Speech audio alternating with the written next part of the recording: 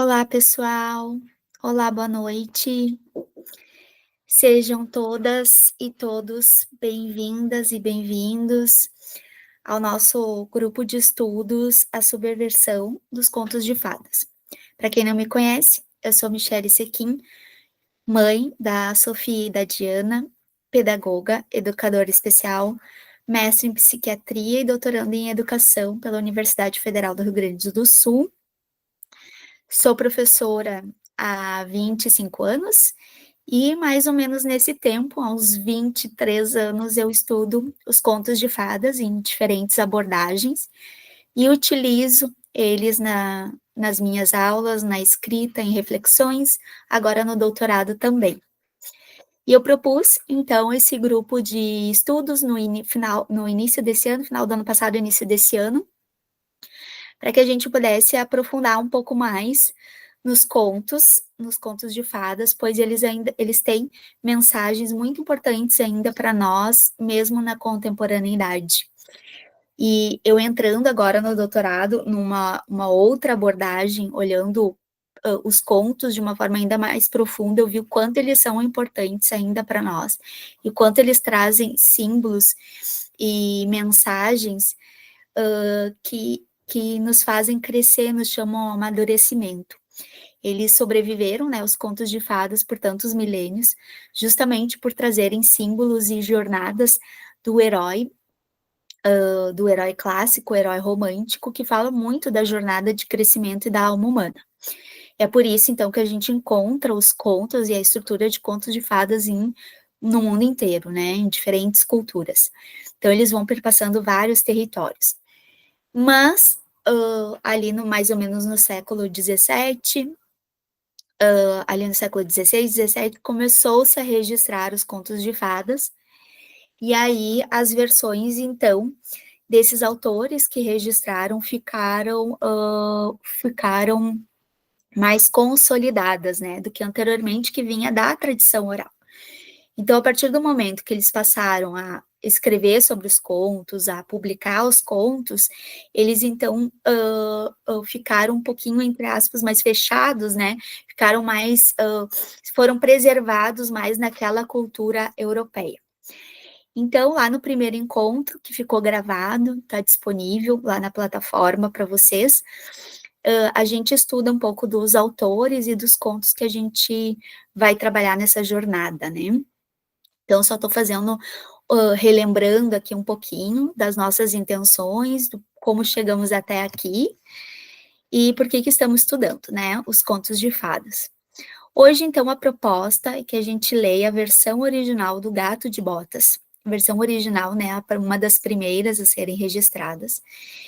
Nós vamos olhar sobre o aspecto deste conto, que é o desejo de ascensão social, que é um desejo, né, que acompanha a humanidade por muitos séculos, muitos milênios, desde que se tem essa divisão da sociedade em classes, na aristocracia, os plebeus, nas classes sociais, enfim. É um desejo de ascensão e de crescimento social.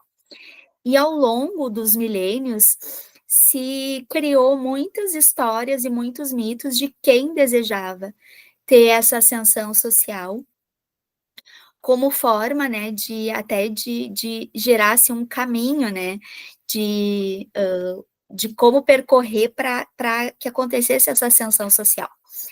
E os contos de fadas, então, também têm esse modelo. E o Gato de Botas é um desses contos, que vai trazer um pouco na época dele, né, lá no século XVII, do que marcava as classes sociais e de como ter essa ascensão social.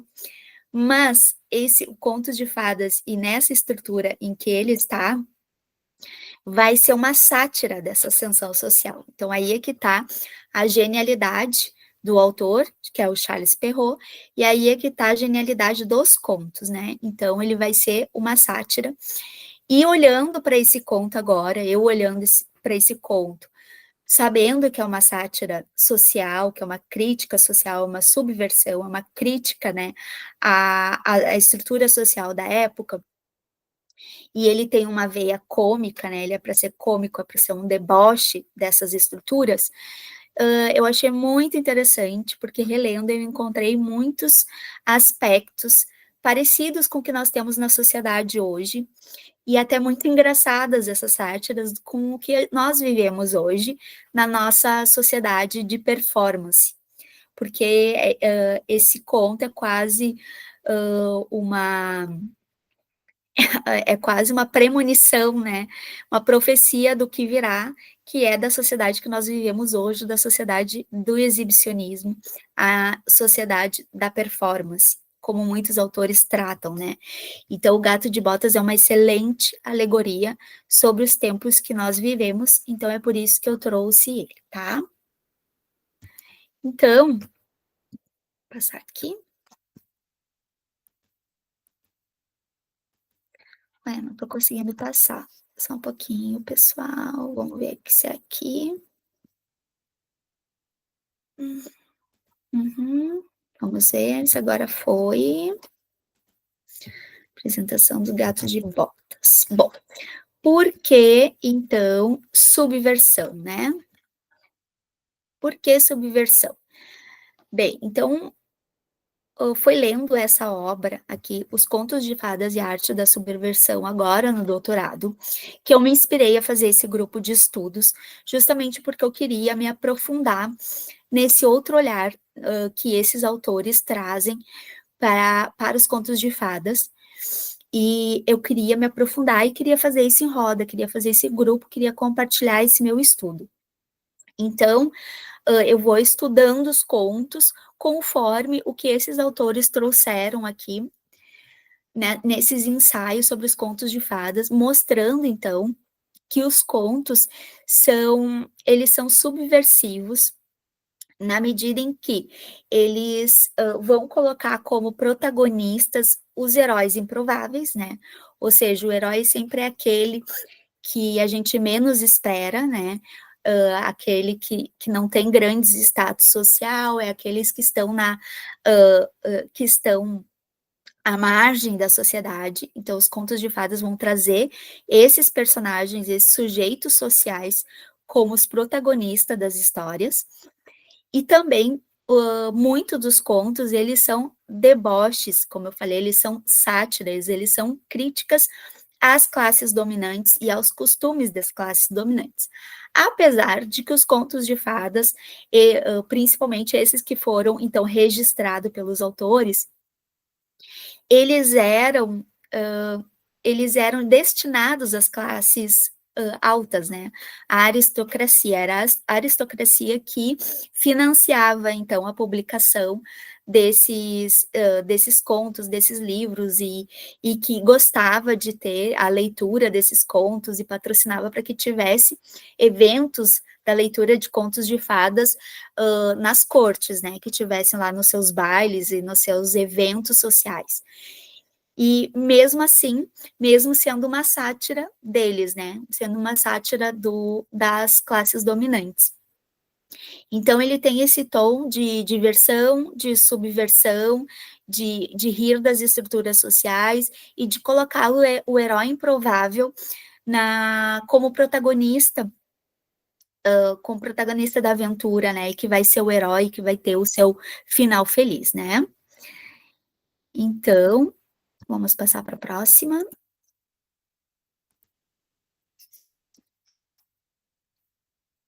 Então, nós vamos ter aqui também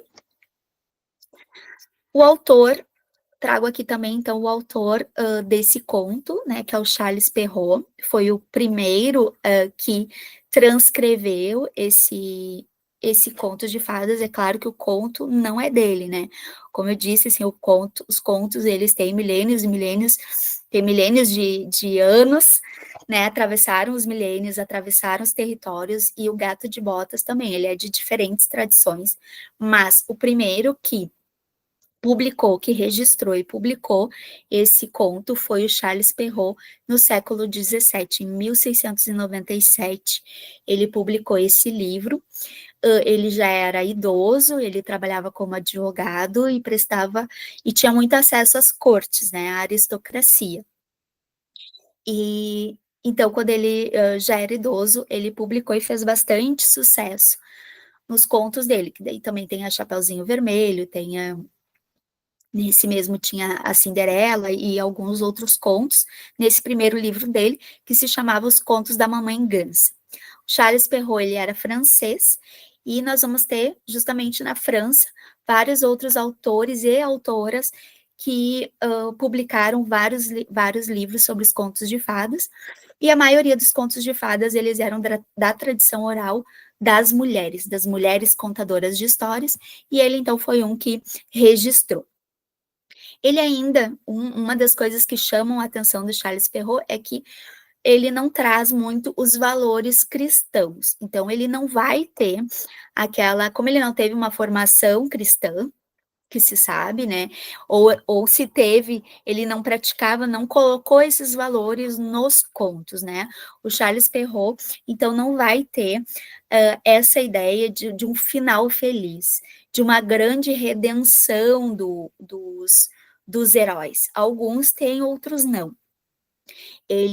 Os contos dele são mais existenciais, são mais de terror, são mais, hoje seriam classificados alguns deles como de terror, eles são bastante brutais. E eles eram destinados aos adultos da corte, não eram destinados às crianças, né, à diversão.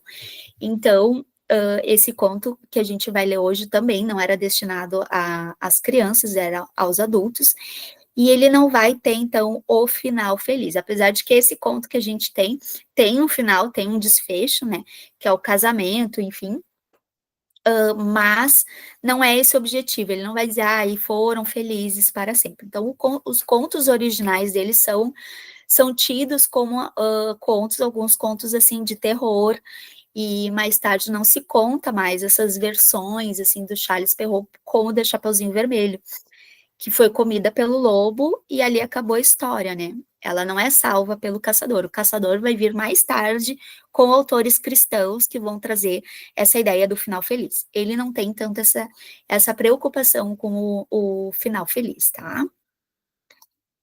Passando aqui, eu vou ter que fazer manualmente. Vamos ver aqui. Bom, então, para iniciar o conto, vou ler aqui com vocês por pedaços, por partes, e vamos, então, só um pouquinho que eu tô atrapalhada hoje. Hoje não está sendo, assim, o melhor dia para falar aqui dos slides, mas vamos lá, então. Eu separei, então, o conto em partes e a gente vai comentando aos poucos. Então, a primeira parte que eu separei se chama A Herança Indesejada. Um moleiro deixou como única herança para seus 3 filhos o seu moinho, seu burro e seu gato. A divisão foi muito simples. Não foi necessário chamar nem advogado nem tabelião. Eles teriam consumido todo o pobre patrimônio. O mais velho recebeu o moinho, e o segundo ficou com o burro, e ao mais novo coube apenas o gato. Ele lamentava sua mísera herança. Meus irmãos, dizia ele, meus irmãos poderão ganhar a vida decentemente trabalhando juntos, mas eu, depois de comer meu gato e fazer uma gola de pele com sua pele, morrerei de fome. O gato, que ouvia essas palavras, mas fingia não entender, disse-lhe em tom sério e pausado: Não vos aflijais, meu senhor.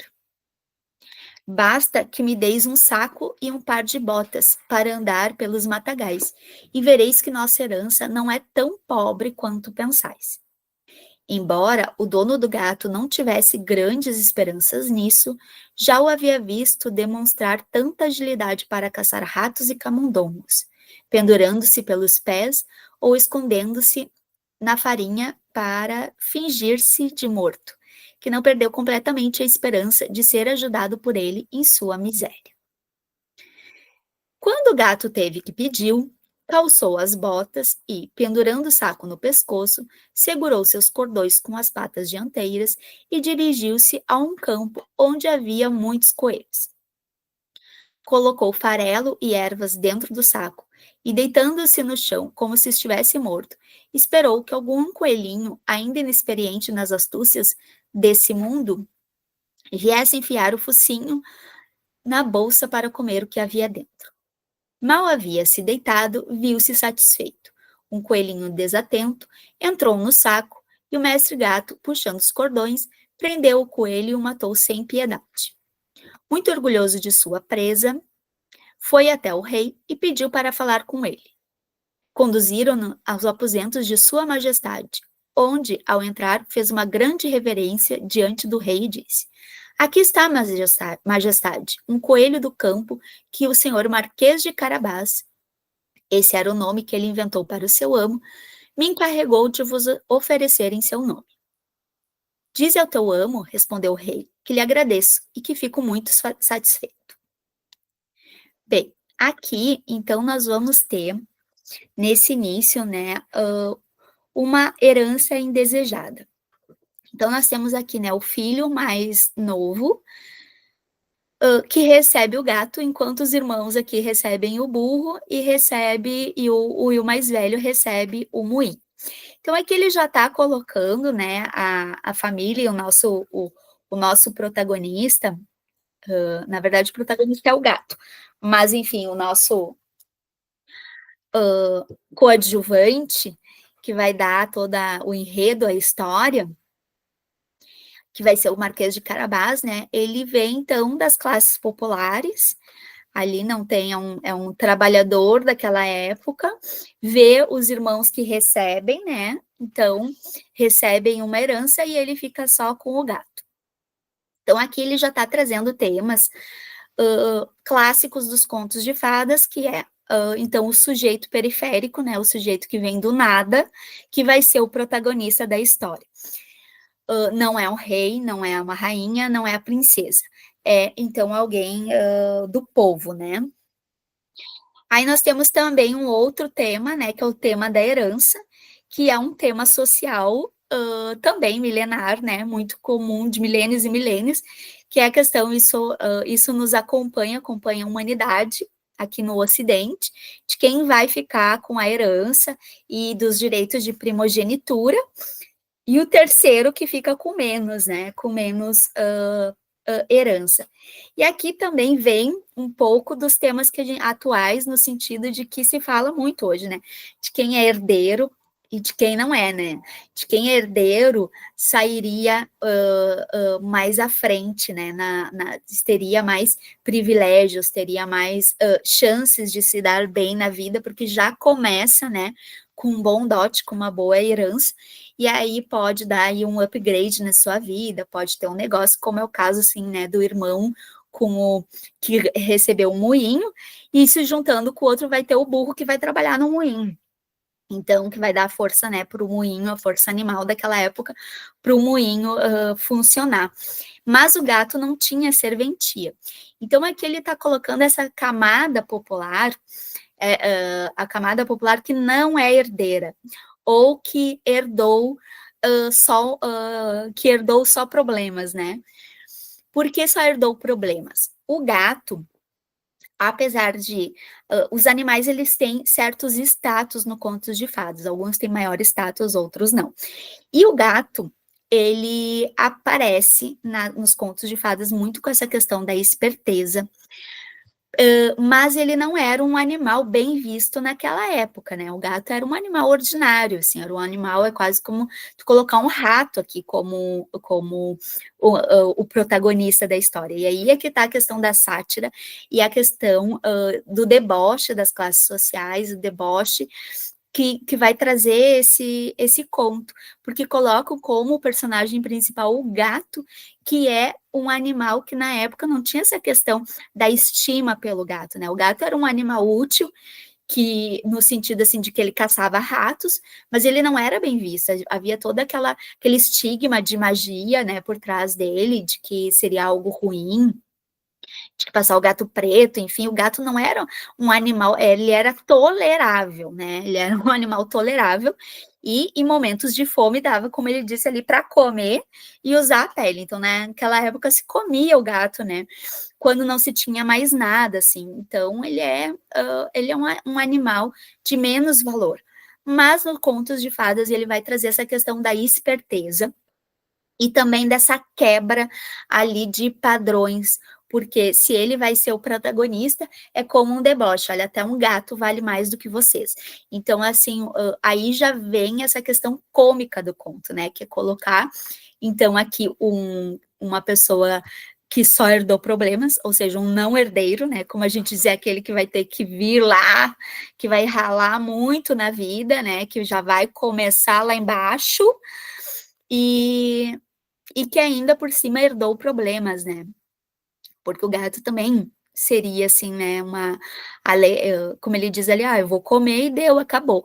Mas o gato também estaria trazendo algum tipo de mal também para ele, porque o gato não é que é mal, mas não é uma bênção, né? O gato não era, naquela época, um animal considerado abençoado, digamos assim. Então, aqui já vai mostrando essa questão de sair das camadas populares, né, de que a gente vai colocar um protagonista que é da periferia, né, vai ser protagonista, e ainda mais, então, um gato, né, que é um animal sem status nenhum, vai ser o protagonista, e ele, na verdade, toda a performance dele vai ser, então, um grande deboche, né, das classes dominantes. Então, vamos lá para o próximo. Bom, o gato, então, recebe ali a bota, né, e o saco. E aqui, então, tem toda essa indumentária, né, que ele vai usar, que ele se veste e vai fazer toda uma performance ali de monsieur, né, como se diz. Ele é, então, como se ele fosse aquele acompanhante de um conde, né, que na França era o monsieur, né, que era aquele que é o cavaleiro, né, aquele que acompanha o cavaleiro, enfim. Então, ele vai fazer como um mordomo, né, como o mentor do cavaleiro. Ele, então, aqui o gato, e aí é que tá a parte engraçada desse conto, a genialidade de por que ele fez tanto sucesso. Porque daí pega um animal bem ordinário da época, e ele se veste como um monsieur e vai fazer toda essa performance social que era exigida assim na época, né? Então aí é que está a sátira, porque a sátira social e a sátira dos costumes da época, porque o gato vai se vestir, ele vai fazer toda uma performance que vai se desviando, vai encontrando caminhos de desvio e de esperteza para chegar às classes sociais, que vai dizer o quê? Ele está fazendo um grande deboche, né?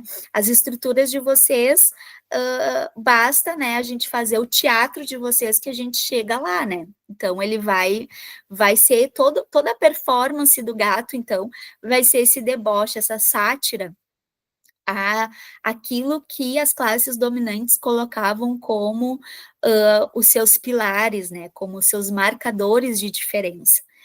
E aí o gato, que é o animal ordinário, pela performance, pela esperteza dele, vai conseguir, né, subverter uh, todas essas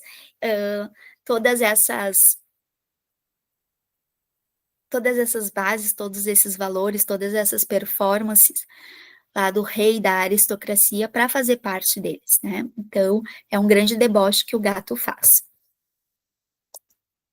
Vamos continuar aqui. Então, na segunda parte. O gato continuou assim por 2 ou 3 meses. Não, desculpa. Em outra ocasião, escondeu-se em um campo de trigo, deixando sempre seu saco aberto. O gato esperou pacientemente, e quando 2 perdizes estavam nele, puxou os cordões e as capturou. Em seguida, foi oferecê-las ao rei, como já havia feito com o coelho no campo. O rei recebeu as 2 perdizes com agrado e ordenou que dessem ao gato algo para beber. O gato continuou assim por 2 ou 3 meses, levando ao rei, de tempos em tempos, produtos de caça em nome de seu amo. Um dia, soube que o rei iria passear às margens do rio com sua filha, a mais bela princesa do mundo, e disse ao seu amo: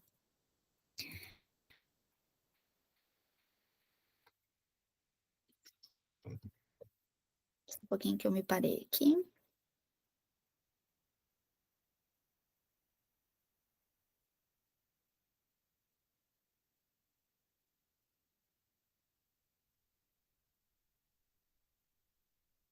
Se quiser seguir meu conselho, sua fortuna está feita.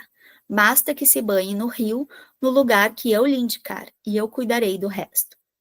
O Marquês de Carabás fez o que o gato lhe aconselhou, sem entender bem para que serviria. Enquanto ele se banhava, o rei passou por ali, e o gato começou a gritar com todas as suas forças: Socorro, socorro, senhor Marquês de Carabás está se afogando.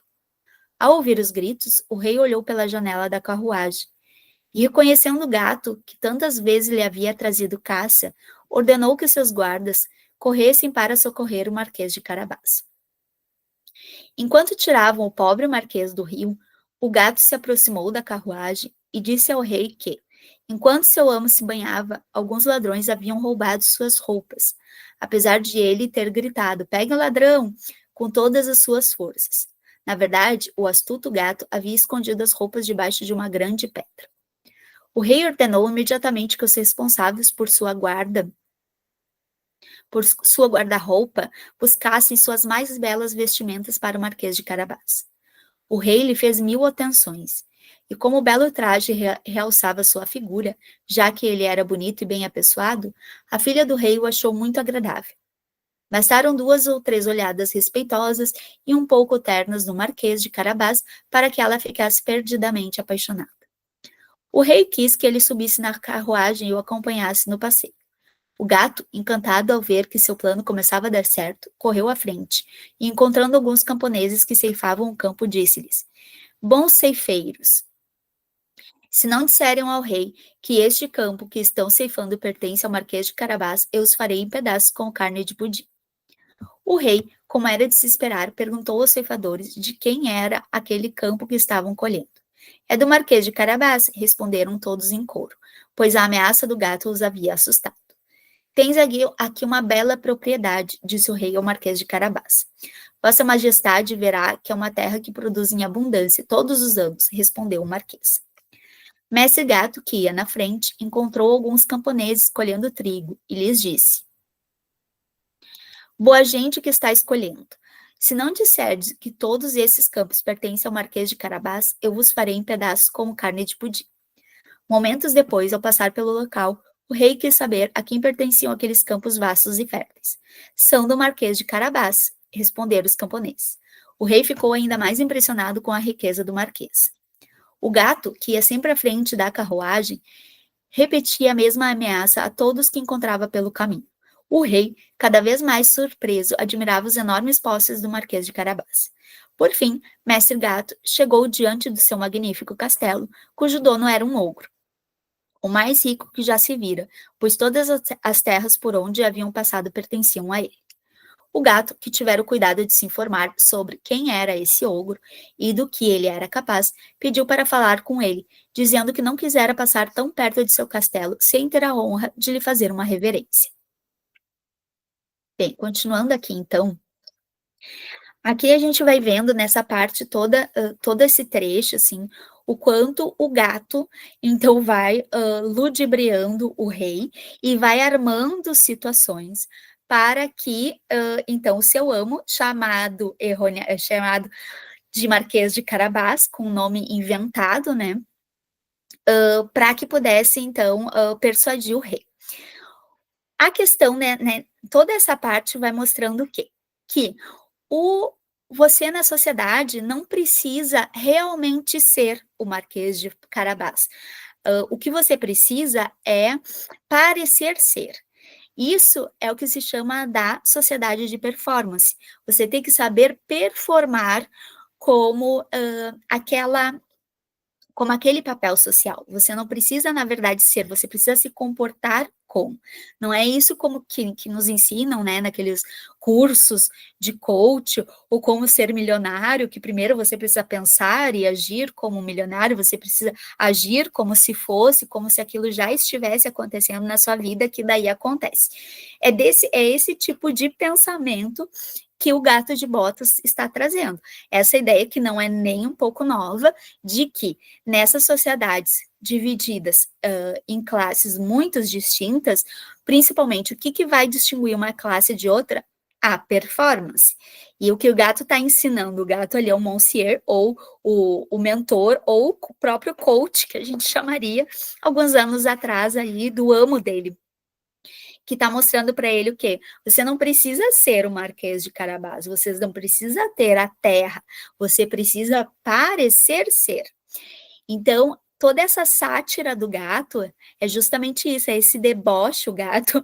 Então, vem como esse personagem aí, o ordinário, um animal ordinário, todo bem vestidinho, né? Todo bonitinho ali, com botas, com um chapéu, com a capa, com a sua espadinha ali, como se fosse, né, o mosqueteiro, fazendo toda essa performance, né, de ser um lorde que acompanha o conde, né, o marquês de Carabás, e fazendo essa performance dele, ele vai persuadindo o rei. E é isso que ele vai mostrando para o amo dele. Você não precisa ser, né, rico, você não precisa ser milionário, você precisa parecer um marquês. E depois a gente vai fazendo a ilusão, né? Então aí esse conto vai mostrando o poder da narrativa.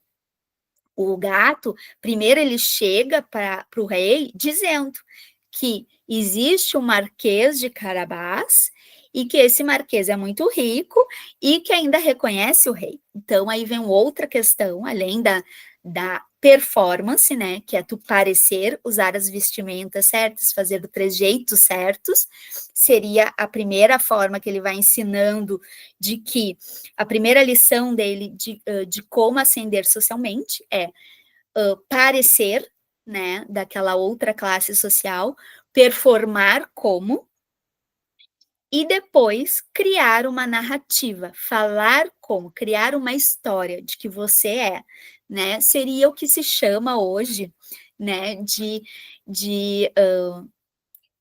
programação neurolinguística, né? Em outros tempos se chamava manipulação. Hoje se chama programação neurolinguística. E é isso que o gato vai fazendo com o rei e vai fazendo com o amo dele. Vamos inventar uma narrativa. Então, uma narrativa de que ele tem posses, de que ele está mandando presentes, né? Que ele está mandando caça, né? Está mandando presentes para o rei, valoriza muito o rei. Então, é toda uma narrativa e uma ilusão de performance que ele está fazendo ali. E que hoje, né, hoje se fala, é posicionamento de marca, é posicionamento pessoal, aqui o gato está fazendo um deboche, e o Charles Perrault está fazendo um deboche, é isso, mostrando que, na verdade, é pura manipulação, né? Então, vamos lá. Continuando, então. E ainda por cima, né, ele faz toda essa cena também. Então, ele criou uma narrativa e agora ele tem que mostrar em situações que essa narrativa que ele criou, ele vai ter que dar exemplos, né? Mostrar que o Marquês de Carabás existe, de que ele é rico, então agora ele vai fazendo demonstrações, né? Ele começa então com as ilusões de performance, o poder da narrativa, e agora então ele cria situações para mostrar então que o Marquês existe, para provar a narrativa dele, né? Para comprovar. Vamos continuar então o conto. O ogro o recebeu da maneira mais cortês que um ogro poderia e o convidou a descansar. Disseram-me, disse o gato, que tendes o dom de vos transformar em qualquer tipo de animal, que podeis, por exemplo, transformar-vos em um leão e um elefante. É verdade, respondeu o ogro bruscamente, e para provar, vereis como me transformo em leão.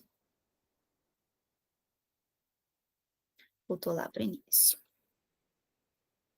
Hoje a tecnologia.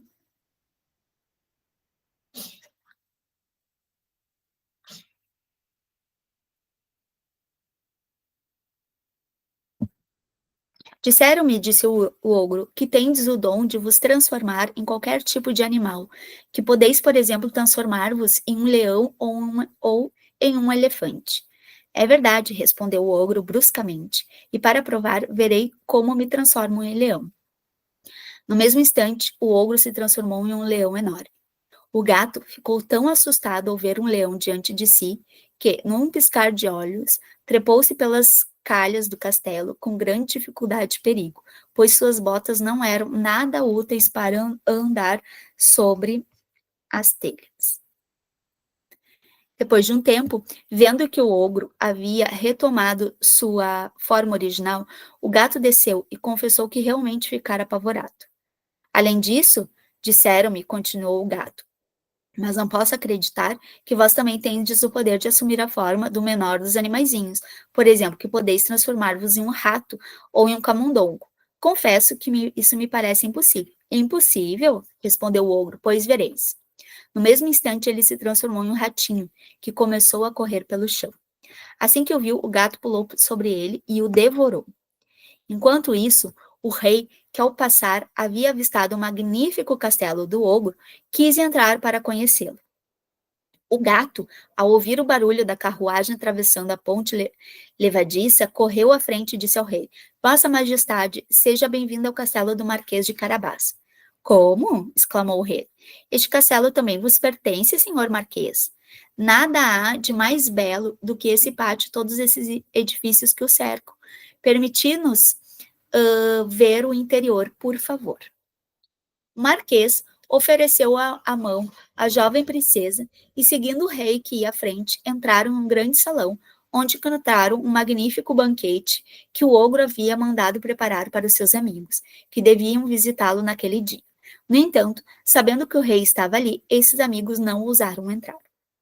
O rei, encantado com as qualidades do Marquês de Carabás e sua filha, que já estava completamente apaixonada por ele, ao ver as grandes riquezas que possuía, disse-lhe, depois de ter bebido 5 ou 6 taças de vinho: Só dependerá de vós, senhor Marquês, tornar-se meu genro.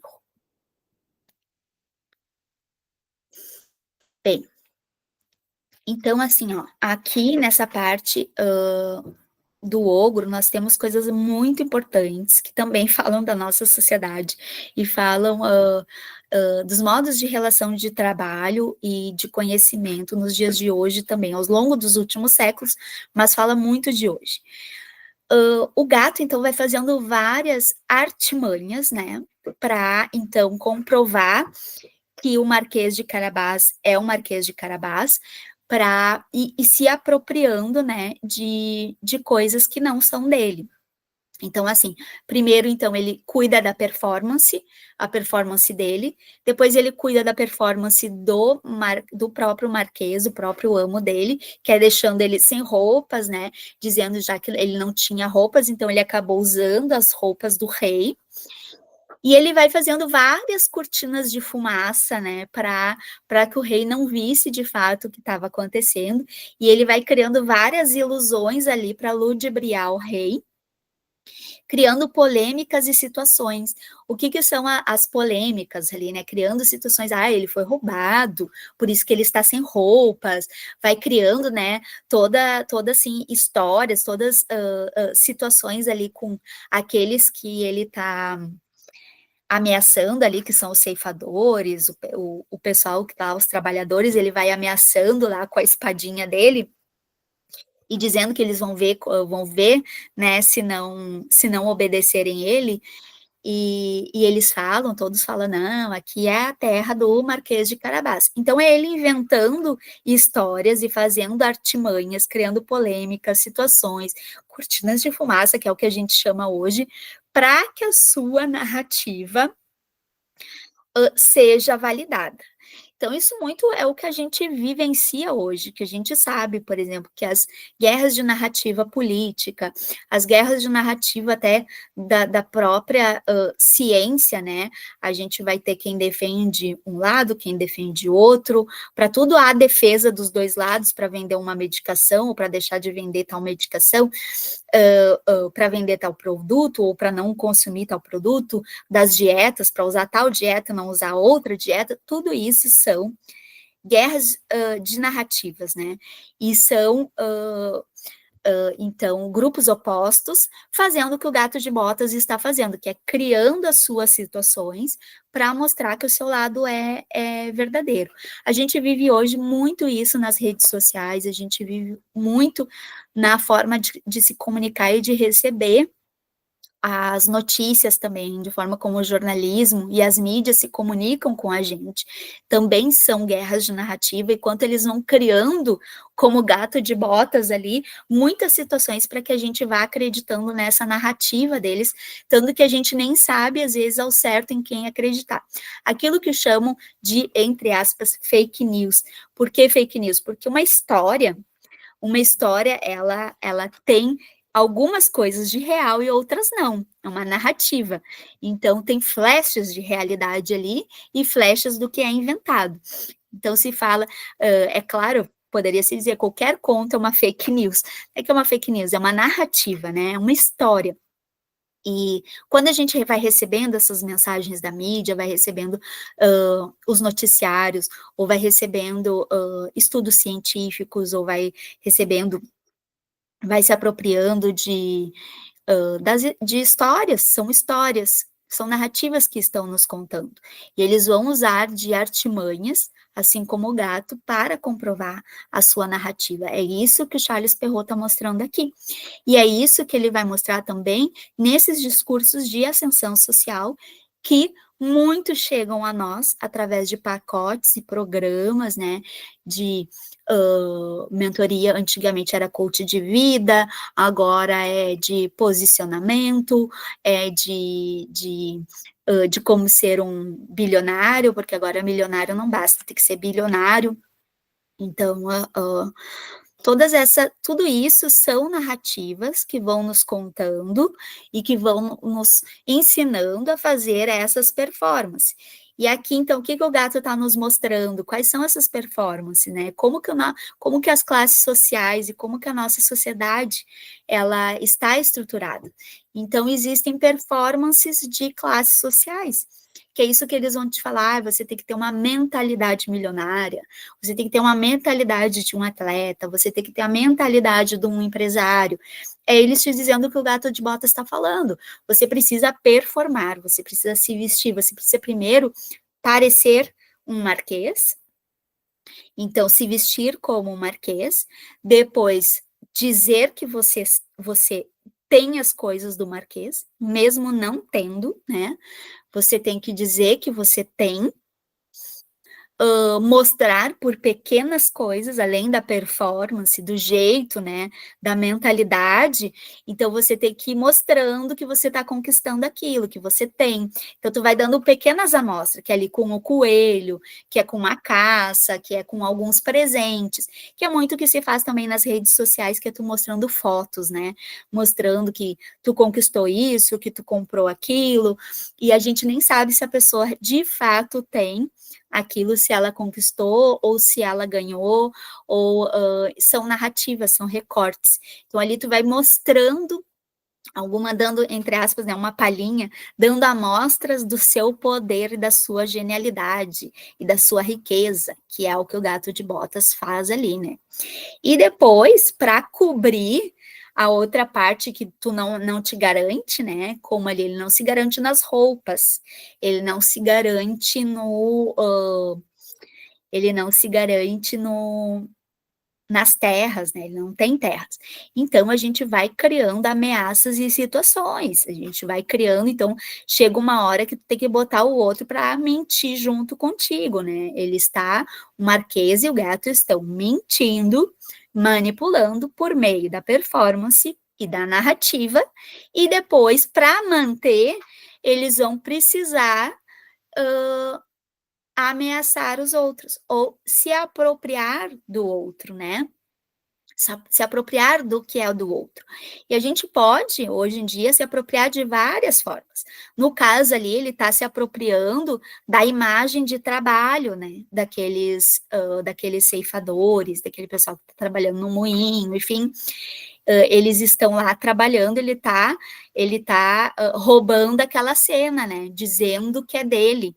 dizendo que aquele trabalho é dele, está roubando a narrativa também daquelas pessoas, né? Está comprando a narrativa daquelas pessoas. Então, outras pessoas precisam dizer que, de fato, tu é o Marquês de Carabás. Então, o que que o gato vai lá? O gato vai lá e ameaça. Ou seria o gato vai lá e paga, né? Mas como ele não tem dinheiro, então ele tem que ameaçar. Então, é como enriquecer, né? Como crescer. Ele está ensinando, se aproprie do que é do outro. Roube, né? Roube como um artista, né? Como se diz. É mais ou menos isso, roube como um artista. Você não está começando do nada, você começa com as suas coisas, se apropria do que é da natureza e depois se apropria do que é o trabalho do outro. É isso que ele tá ensinando, por isso que muito se critica, né, essa questão de criar lucro a partir da autoria dos demais. Eu sei que existe essa narrativa aí pela internet e do pessoal do empreendedorismo que vai dizer assim, a ideia é sua, mas se você não está colocando em prática, azar é seu, né? Quem vai colocar em prática e lucrar tem todo o direito de roubar a sua ideia. Gente, não é assim, tá? Não caiam nesse tipo de discurso. Isso é quase como tu querer, eu roubo e não tenho vergonha. A gente ainda vive sobre questões de direitos autorais. Quem não sabe, né, pode ler lá a Constituição brasileira e os direitos, né, dos cidadãos. Então, o direito de propriedade intelectual, o direito de propriedade intelectual das ideias e dos produtos, ele ainda existe. A internet vai nos dando essa ilusão de que a gente pode usar o que é do outro ao nosso favor. A internet aumentou isso, mas aqui pelo Gato de Botas a gente já está vendo que isso é uma forma muito, muito antiga de enriquecer. É pegar a ideia, o trabalho do outro, a imagem do outro e vender como se fosse minha. Então, o Charles Perrault está debochando disso. Ele está mostrando, olha esse gato, né? Esperto, ele está fazendo todo o jogo de vocês para chegar lá. E esse é uma das partes. Além de performar, de contar uma mentira, uma narrativa, fingir ser, né? Fingir ser, inventar uma história, você ainda vai atrás de quem vai corroborar com você e de se apropriar do que é do outro. Isso vai aumentar muito também, isso vai mostrar muito quando ele vai no castelo do ogro, que é vamos pegar daquele menos inteligente que não está fazendo tão bem quanto eu faço, não é isso, né? Então, que ele está mostrando. Vamos lá pegar o do ogro, porque eu acho que o ogro não merece. O ogro é menos inteligente, o ogro é menos bonito, o ogro é menos merecedor. Então, se ele está colocando esse personagem, que é o dono do castelo, como um ogro, ele está mostrando que é alguém que não é bem visto como um rei ou como um marquês, ele é um ogro. Ele só tem dinheiro, digamos assim, ele tem dinheiro, mas ele não é merecedor daquilo, né? Na imagem de quem está narrando, né? Então, seria aquela pessoa, como que essa pessoa, né, tem essa propriedade, tem essas ideias, tem esse castelo, tem essas bênçãos, tem esse dinheiro, sei lá, o que mais que possa representar esse castelo do ogro e essas terras, nós vamos lá pegar dele, porque nós acreditamos que nós somos mais merecedores do que ele. Então, é aquela ideia assim, eu vou roubar do outro a ideia, a luz do outro, e dizer que é minha, enganando o outro, né? E ali no caso é comendo, né? Ele engana o ogro, então vai lá, se aproveita da boa vontade do ogro e da vaidade do ogro, né? De mostrar o quanto ele é poderoso, então vai lá também manipula, então ali é todo um poder, né? Ou como vão dizer ali por ali programação neurolinguística, mas ele manipula, então o ogro usa ali das fraquezas do ogro para poder se apropriar, então, das suas posses, da sua riqueza.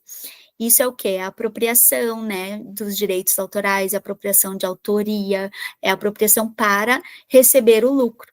Então ele está falando isso muito antes da burguesia ascender, a ascender e tomar, né, o poder em relação à aristocracia, muito antes disso, alguns anos, algumas décadas antes, ele vai, o Charles Perrault vai trazer isso com o Gato de Botas, já mostrando que as pessoas sabiam, né, dessas performances sociais e já debochavam disso. Esse conto ele é uma crítica, né? Ele é uma sátira. Olha, até um gato performando consegue fazer essas artimanhas de vocês, né? Não nos, como é que é? Nos explorem, mas não nos enganem, né? Então, aqui ele tá mostrando isso, então, do quanto se lucra, e mais tarde, então, vai vir, né, o capitalismo e o empreendedorismo, enfim, toda essa questão do mercado, e vai usar todas essas questões, não existe autoria, isso a gente vive muito também, né, hoje nas redes sociais, essa ideia de que não existe direito de imagem, não existe lei, né, não existe direitos autorais, sim, existe, continua existindo, e por mais que se dê nomes bonitos, é roubo, né? É roubo e que se arque com as consequências. Vamos lá, então, para o próximo, para o final, então, do nosso conto.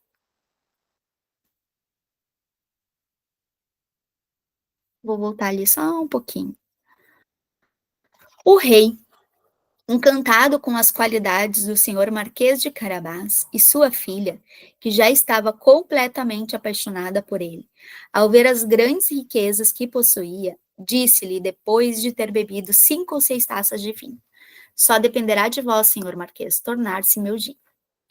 O Marquês, fazendo grandes reverências, aceitou a honra que o rei lhe concedia, e naquele mesmo dia casou-se com a princesa. O gato tornou-se um grande senhor e nunca mais precisou caçar ratos, a não ser por diversão. O Charles Perrault sempre coloca a moral da história. No início parece vantajoso ter uma herança generosa, recebida por sucessão. Mas o talento e a inventividade trazem, na verdade, muito mais proveito que a posição. Se o filho de um oleiro consegue, numa princesa, despertar sentimentos próximos à adoração, é porque saber se vestir com esmero, ser jovem, atraente e atencioso não são detalhes sem importância na sedução. Então, é bem isso, ele está sendo bem explícito, né, no que ele está ensinando, que a ascensão social, ela que ser jovem, né, ser atraente, usar as roupas certas, fazer ter a performance correta ali, nada como, né, embebedar ali um pouco as pessoas, colocar um pouco de vinho, iludir e se apropriar do que não é seu, dizendo que é seu, é assim que você vai enriquecer e vai ascender socialmente. Então ele faz ali um mapa e faz essa moral da história de deboche.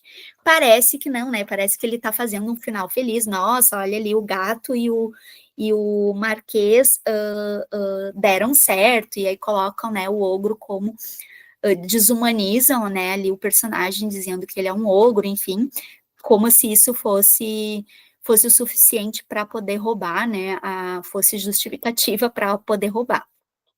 Por uma pessoa, enfim, né, por um personagem ser feio e ser mais grotesco e não ter os trejeitos, ele não é merecedor. Ele está debochando porque esse é o tom dos contos do Charles Perrault. É o mesmo que ele faz também com a Chapeuzinho Vermelho, que a Chapeuzinho Vermelho é comida lá no final do conto, e ele de nenhuma maneira ele vai, ele também tem o moral da história, né, na Chapeuzinho Vermelho, e aí ele vai trazer essa questão, assim, que é uma lição para se cuidar, né, e meio até culpabilizando ali a Chapeuzinho nessa questão do estupro, né, porque o conto da Chapeuzinho Vermelho é um conto do Charles Perrault sobre um estupro, né, e de quanto as meninas têm que se cuidar e teriam que se preservar, então ele traz toda essa moral, e ali naquele caso ele debocha disso, né, dessa inocência, e e meio até que colocando a responsabilidade na menina em termos de se cuidar e que não se cuidou o suficiente em relação ao lobo. Mas a Chapeuzinho Vermelho é para a gente falar, então, num outro momento. O que eu quero dizer é que o Charles Perrault, ele tem essa questão de debochar dos seus personagens e de colocá-los. Aqui, então, ele vai debochar bastante do rei, né? Até nessa ilustração, assim, ela vai mostrar um rei bem aqui, né, bem aqui já bebendo o vinho e ele persuadindo o rei. Então o rei é um boboca, né? Ele vai colocar o rei cai em todas as histórias em toda essa performance do gato, ele cai na lábia do gato e o gato vai mostrando vai dando provas, né, da sua narrativa, provas falsas, né? Ele vai criando situações para mostrar que a narrativa dele está correta, vai se apropriando das coisas alheias, e o rei só vai entrando porque não está, não é tão esperto ali quanto o gato, né? Não é esperto, não é tão malicioso, né, como o gato. Então aqui ele está mostrando que a questão não é só a inteligência, né? A questão ali é a malícia, né, do gato de enganar. Então ele vai dizer, o Charles Perrault, assim, a ascensão social é a pessoa mais ou menos ter o estômago, né, para fazer esse jogo social de vocês, de fazer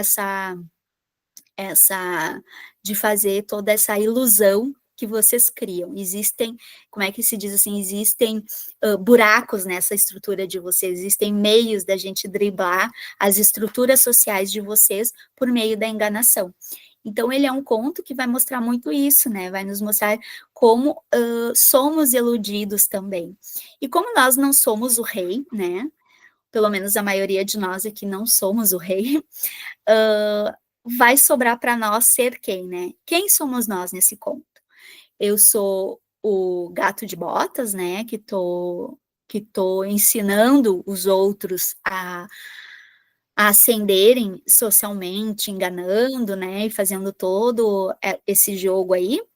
Eu sou o Marquês de Carabás, que é aquele que também veio do nada, mas que vou fazer toda essa mentalidade e vou chegar lá, ou vou tentar chegar lá, né?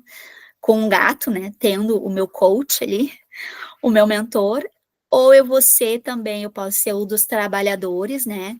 Eu tenho pouco, só o meu trabalho, né? Ou só a minha imagem, ou só um pouco da minha narrativa ali, de quem pode ouvir ali, e vou me deixar vender e usar, né? Vou ser manipulado, geralmente pela força. Se eu sou um desses, eu vou ser manipulado pela força, eu vou ser forçado, né?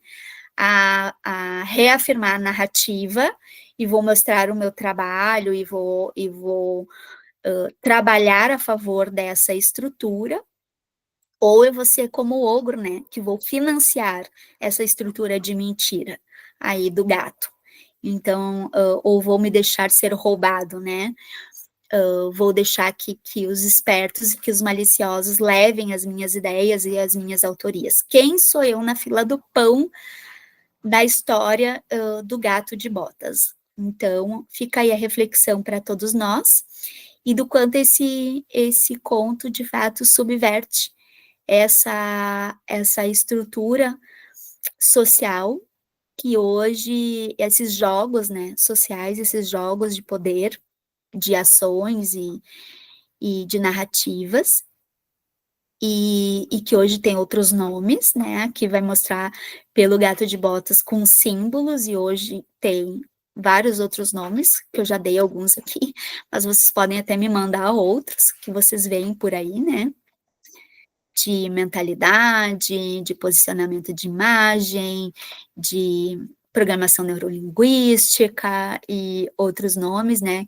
que podem, não sei que nome se dá para isso de apropriação de autoria e de violação de direitos autorais, mas deve ter um nome para isso, né, deve ter algum nome que vai dizer se inspire no outro, mas leve o que é dele junto, né, não cite essa pessoa, né, ou, enfim, ou apropriação até de culturas, né, de etnias, e a gente sabe que isso tem bastante das marcas, enfim. E o que a gente vive é isso, né, meio a muitos marqueses de Carabás e muito gatos de botas. aí nessa estrutura. Vale a reflexão para nós, quem nós somos, quais personagens nós estamos vivenciando desse conto. Obrigada a todos que estiveram aqui, depois eu quero conversar mais com vocês. Dúvidas, podem me enviar lá pelos grupos, críticas, elogios, ideias, sugestões de contos. Na semana que vem teremos um outro conto, que seria a continuação desse.